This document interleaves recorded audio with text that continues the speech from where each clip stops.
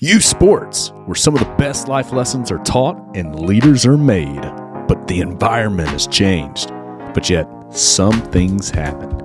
So you may be wondering, should I get involved? Should I coach my kids? Let's dig in.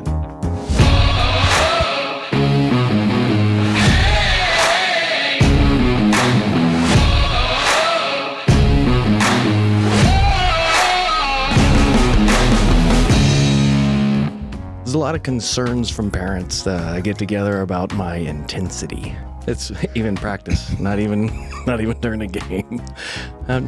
I, for whatever reason, I turn into a little bit of a different monster. I revert back to boot camp. How does that meeting go with the concerns over intensity? Just like, okay, so we've had some parents come talk to me and complain. This is after like the second practice. And he's like, so apparently we need to steer clear of some certain phrases that are being used right now. And I was like, oh, who could this be?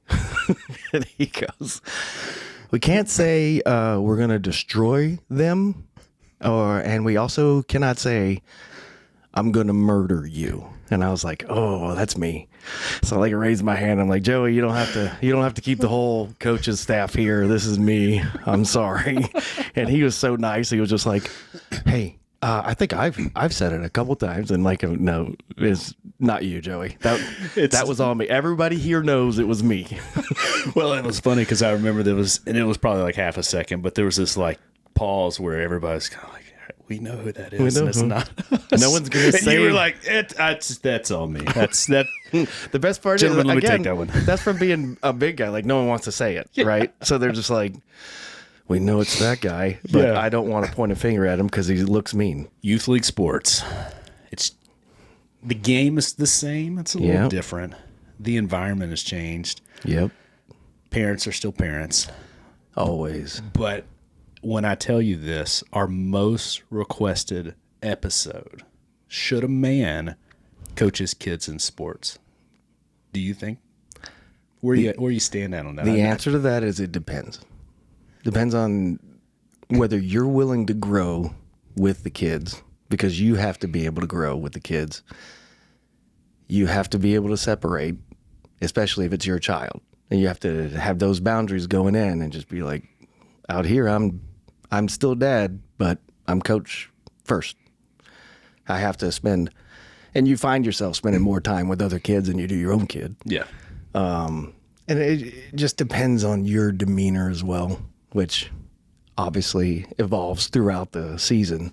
And it depends on the kids too. It also depends on the parents. But and do you feel like, for me, I got into coaching because it was the thought that, well, I don't want somebody else teaching my kid something. And that may be a gateway, and that may be why you go in there. But once you get into that fight, you realize it's a whole completely different thing than I'm just going to be in control of what my kid learns. Now, a lot of people just stay there and they only focus on their kid. But for people who truly care and then realize that it's a lot greater than that. Well, what got you into the coaching? Was it that thought or something else? And did it change when initially you got into we were at a different place. We were at a different area for flag football, and the coaches there were well intended. Not exactly the salt of the earth people, like some questionable past. Like, I'm pretty sure they didn't do the background check, if you know what I'm saying. Yes. So I was like, yeah, I'm not okay with this. So I just stepped in, and I was like, I am going to be one of the coaches. And they're like, okay. I'm like, what are you going to tell me? I was going to tell you no. So You're not for everyone. So I'm not for everyone. But I really and truly, like, your background is very football and the leadership you gain through football and team and camaraderie. And my background is Marine Corps. I've played flag football. I've played tackle football in high school. I played rugby for the Marine Corps at one point in time. But not really any structure. I think we just got our butts kicked by Hawaiians and Australians every time we played.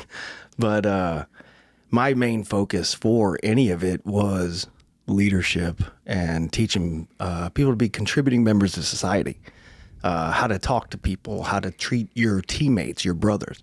And that's what a lot of my main focus was. even then, and then when I came over, I didn't know how to not be involved. For me personally, it's more of developing young minds. Maybe they have a father influence, maybe they don't, to be a contributing member to society, but also learn how to treat each other well. Yeah. And I think it's in the Marine Corps, you go through like all kind of not great stuff together, but it bonds you forever. Yeah. And you really take care of those people, and you always have their back. And I think that's kind of what I was trying to impart through a little bit of intensity. but shared trauma bonding kids at a young age is what I was looking for. Trauma bonding. I love that term. I feel like and I could just be wrong here, this is just my assumption, but especially today with kids have access to social media, they have access to so many different opinions on things. And then there's a short time period where you can teach them these lessons and give them that life experience. Because if they don't, then they're kind of picking up, hey, I've learned these things, and then they develop bad habits. I mean, you can obviously break them up later, maybe. But this is such I would say almost 12 and under. It is a unique age where you can really help mold these kids to be great people and teach them life lessons. I feel like after that, it's kind of... It's up to, parents involved, parents not involved. Exactly. And a lot of times kids don't listen to their parents anyway. So it's some influence that they had. Like I still remember my coaches from high school, my coaches from middle school. So that's the reason why I always focused on do the right thing when no one's watching. So if you do the right thing when no one's watching, you're not expecting a credit for it. You're not expecting a pat on the back or a reward. You're doing the right thing because it's the right thing to do. And I think that's a reason why I hammered that home so many times. Like you said, after that certain age, you're lost on what you're going to put into this child. What was the biggest lesson that you learned, or maybe several lessons that you learned in your season of How long is this podcast? A couple seasons, yeah. You got like a 3-minute attention span. Yeah, I know. I don't need to be as competitive when trying to teach the game. Yeah. And granted, you were teaching fundamentals of great stance and great football mind thinking and how to technique and skill, and I was really truly just helping you out. So, hey, do what coach said. But I really and truly, I was intense. I wanted to win. I wanted and let's get after it. Let's do this. And you got to remember, at the end of the day, they have to still love the game at the end of the season. They have to want to come back next year. And we learned that about midway through. but we knew it. It's just I really and truly think that our competitive spirit was we want this win we want them to feel that win, that great feeling when that last whistle goes off and the bell goes and you're like, hey, we won, yeah. And they felt it a couple times, but yeah, I almost got the feeling that, and everybody wants to win. I think you and I can agree that it wasn't about the W's or L's, but we wanted to prepare them so well for the contest, and we wanted them to remember so many things that we just crowded their little minds with too much. And we were so technical. It was almost like we were putting in high school, college level things into 8 and 9-year-olds, and then we were like, "Why are they retaining this?" And then upset when they didn't perform. I don't understand. I don't understand why you can't get this. And it was truly like we were trying to do complex blocks. It's like expecting me to do trigonometry. I was like, that's just not going to happen. Fit up double teams, technique, and line shifts. We can't even get them to line up in a stance. So. In a stance, or remember which position they're in. Yeah. So it's another one. Talk to me about the phone call that you and I had mid-season that I think is a great metaphor for men, dads thinking about, should I coach my kids or other kids? What was kind of our conversation? I'll say this. I think we were 3-4 games in, and I had a phone call from one of the parents, and he was like, look, I get it. My kid isn't going to be the starting quarterback. He's not even probably going to play. However, he's not having fun. And I was like, boom. That struck me straight in the heart. I was like, well, we're taking away this kid's love for the game, whether it's just watching it, collecting football cards, playing Madden, or being a fan of a team. We're taking that away. And I didn't want to do that. So I profusely apologized to this guy. And I told him I'd really like to, because he actually had never introduced himself to me. He just got on the group chat and was texting me. And I was like, can we call? Because I think this is better. I would prefer a face-to-face. Because you can't read a text into what people are really feeling. And so, but I felt that in my heart. And I was like, oh, man. And I told him, I was like, we're making a change. I don't care what any other coach says. And I called you the next day, and I was like, listen, brother. Not Hulk Hogan-like, but... Brother. But I was just like, I don't think the kids are having fun. And it doesn't matter if we win now. We have to make sure they love the game at the end of the season, and they want to come back, or they want to continue watching, or they want to be a part of football, or just want to be in a group environment, or trust adults with their minds in the future. And I thought we needed a change. And I was worried because I'm the intense guy. And I let it with, I know this is pot calling the kettle black. I know who I am when I'm asking you this, but I need you to help me take it down a notch. And which is not what I do, but I needed to make it more fun. And that's when we started introducing a lot of different drills that were more fun, but still teaching, but were more to get the kids in love with the game again. And I think our pivot, whether we won or lost, and we did win a couple games after that, I think our pivot there saved the love of the game for some of the kids. And I think that's probably the most important lesson we learned right then.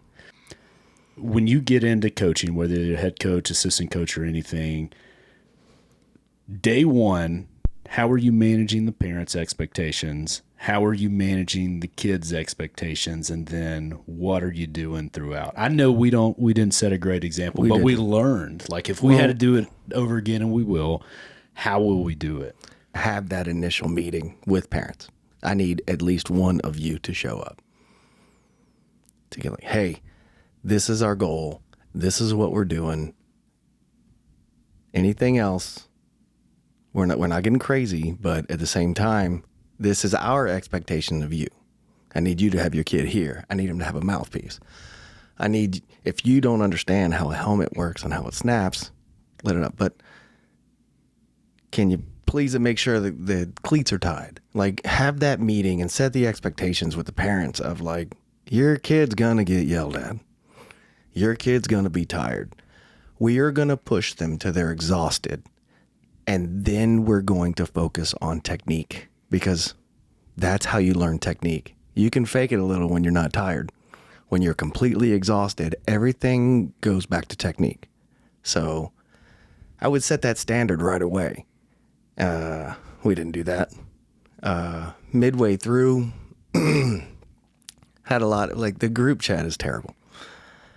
It's useful, but at the same time, there's so much. That's a key element there. It is so much just of not enough information, a lot of questions, which you can't keep up with. No. There's 40 group chats in the thing. I mean, think about it. I mean, we had 35 kids on the team. 35 kids, two parents each. You're at 70 quickly. Mm-hmm. And then coaches and everybody's input. I mean, you can't read all of that. It's instant reaction. But it also devolves from, this is what time the practice is, who's bringing water.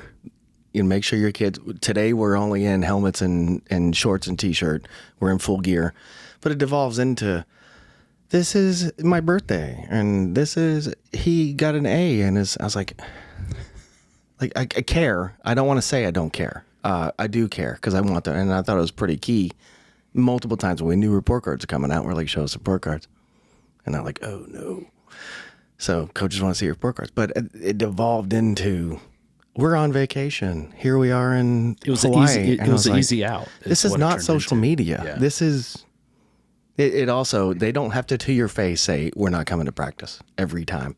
We'll come to the game, but we're not coming to practice. And we still expect to play the same amount, even though we don't practice. Practice. Yeah. You're talking practice?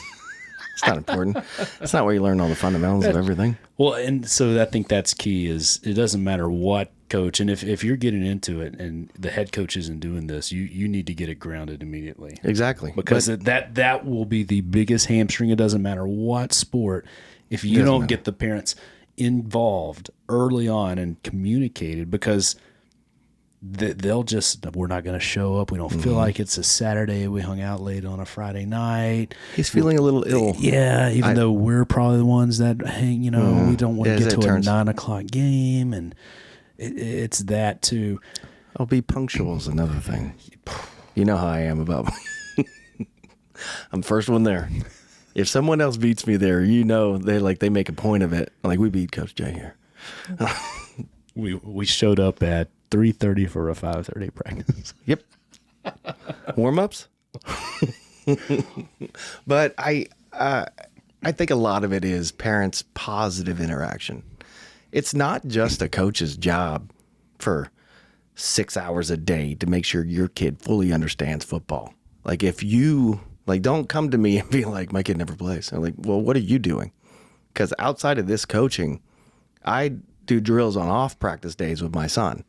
I do stuff outside of this to make sure that he's prepared and not going to get destroyed, even though he got destroyed multiple times. You got to set it up front early on. And I know getting into it, if it's your first year when you're meeting all these parents, and the key is you want to be, yeah, sure, I'll do that. I'll do that. Yeah, great. I'm telling you right now, don't do that. No. Don't be, you can be courteous, but come in with your mind that this is how it's going to run. These are the standards. These are the standards that we're going to meet. And if we can't meet them, your kid's going to play the minimum amount. That's a blanket statement to every parent. Yep. It doesn't matter if he's the starting quarterback or is he the fifth string lineman.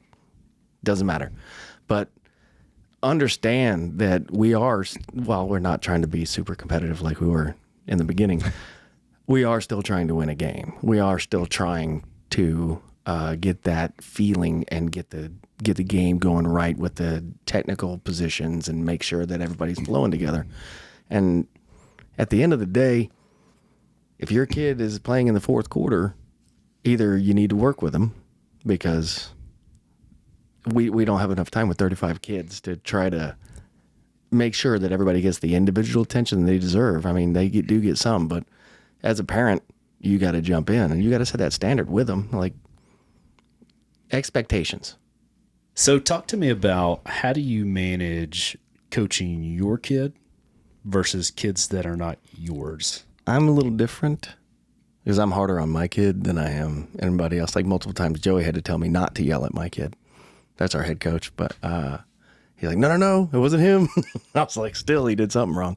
But I make it a point, unfortunately for my child, I make it a point to not focus on my kid. And I think it's important that everybody sees you not focus on your kid. And at the end of the season, like, everybody knows you're not voting for your kid to get anything, because it's just wrong. In my opinion, your kid gets your influence all week long. Those kids get your influence for 2 hours for 3 times a day or 2 times a week, and then on Saturday for 2 hours. That's the influence you get. So I focused more on other kids, to be honest. And I focused on my kid outside of it. I would obviously coach him during it, but I do think it's fair. I was hard on my child, but it's because I expect more out of him, to be honest. But there's other kids there that I expected a lot out of, and I'd let them know. I was like, you're going to get it, dude. Got it. And I really and truly think that as a parent, you have to be able to compartmentalize that. You also have to communicate that with your child before the season even starts. Once I'm out here, I'm coach. You can talk back to me, and like, I kind of give you a couple slides like when we're at home. But if you talk back to me out here, every kid's going to talk back to me out here. And I was like, it's not the direction we're going. I was like, I love you. You're my son. You're great. But out here, I'm coach and you're a player. And my interaction with you sets the tone for how everybody is going to interact with me. So if everybody knows he's even hard on his own kid, he's going to be hard on mine too. So you and I even had We had a rule. It was easier. Yeah, I'll go after your kid. Yep. You go after my kid. You yell at my kid, I'll yell at yours. Because a lot of times they would look at us like we were still dad and be like, but it was because of, and like, and this because we're dad. So it's an automatic, this is my excuse as to why I didn't perform. And it was hard to do when it was another coach. So I think I looked right at you. I was like, you yell at my kid, I'll yell at yours. And I was like, boom, got it. Because then immediately it was like, you got to do this, you got to do this. And they were like, yes, sir. So talk to me, because I feel like you know about this. Dealing with parent confrontation. Okay.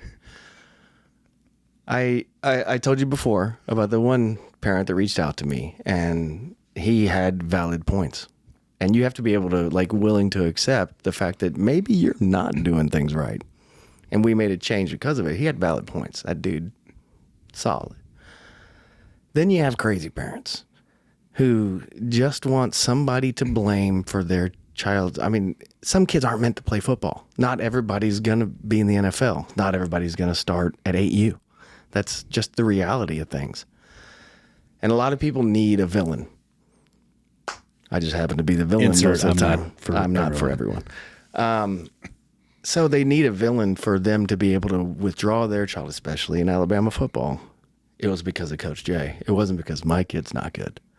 And the kid could have been good if they worked with him, but I don't possess the ability to perform miracles at 2 hours, 2 times a week, and then a game on Saturday. But I had one in particular, what we call it, I think it was Powerade Gate. Powerade Gate. This lady was a gem. During the game, I need you drinking water, so if I need to put you in, you can actually go in and not throw up. Fast forward to the last game. Very last game of the season. And this lady did go on the group chat, like, what can I bring? And like somebody said, did you bring drinks? And then she did. But I had that pretty standard rule of they get that stuff after. There's a cooler full of Powerades, and they're not small Powerades. They're 32 ounces. They're big. They're big gulps. They're gigantic. And first quarter, same 7 kids are chugging Powerade. So I go and I'm like, nope, none of that. And I put a cooler of water on top of that cooler because it's heavy, so they can't get into it. And I'm, going back, helping you, supporting, doing substitutions. And I look over again. There they are. They had worked together finally as a team to move that heavy last cooler. Game of the season. Last game of the season, to move that cooler off so they could get to the Powerade. And I was like, no, absolutely not. Get on the line, support your teammates. And I'm like, we're coaching again. I look back over, and there they are. They're dumping out our water out of the water bottles we have, and pouring Gatorade or Powerade, sorry, so they could drink it and me not know about it. And I may have had enough. So there was 2 of them that were like half full, and I grabbed both of them and I threw them beyond the 20, if you will, because you can't go past the 20 if you're a player or coach on the sidelines. And immediately, not the lady at the bottom, but her mother came and was like, just give me the cooler if you're going to be that way. And I was like, lady, they're going to be sick. They're not going to be able to play in a game. They're chugging these like there's a frat house. Like you can't do that. Like, settle down. So, and so she wouldn't listen to me. She was just like, just give them. I was like, here you go, ma'am. And I handed them to her. And I honestly thought nothing of it. I was like, they'll get them after. And so, like, as she turned around, I was like, they can have any treats they want after. I don't care. But during the game, it's water. And she did want to hear it. We're coaching. We're doing the rest of the game. We did not win that game either. And not because of the Gatorade or Powerade kids. But so afterward, I'm with the head coach talking to one of the other kids' parents. And they're like, and then out of my peripheral comes the lady. I'm not going to say her name. But she She's just like, I want to know why the kids couldn't have Powerades. And I was like, oh, this ain't going to go well. And I turned right to her and I was like, listen, you can't give them Powerades during the game. They're going to throw up. And she's like, I spent $80 on those. And I was like, again, and I'm trying to remain calm. And I'm like, and I'm Marine for 21 years. Like I got some ticks. So I'm like, again, they can't have it during the game. They'll throw up. They won't be able to play. And she's like, I put it in the group chat. I did this. And I was like, and I was just like, I'd had it. And my son was standing right there. And I didn't want to be a complete jack about it. But I just like look right at her. And I was like, Joey, the coach, was standing there. And I looked right at her and I go, I'm a no on this. I'm a no on you, and I'm a no on all this. And the sound of the bell.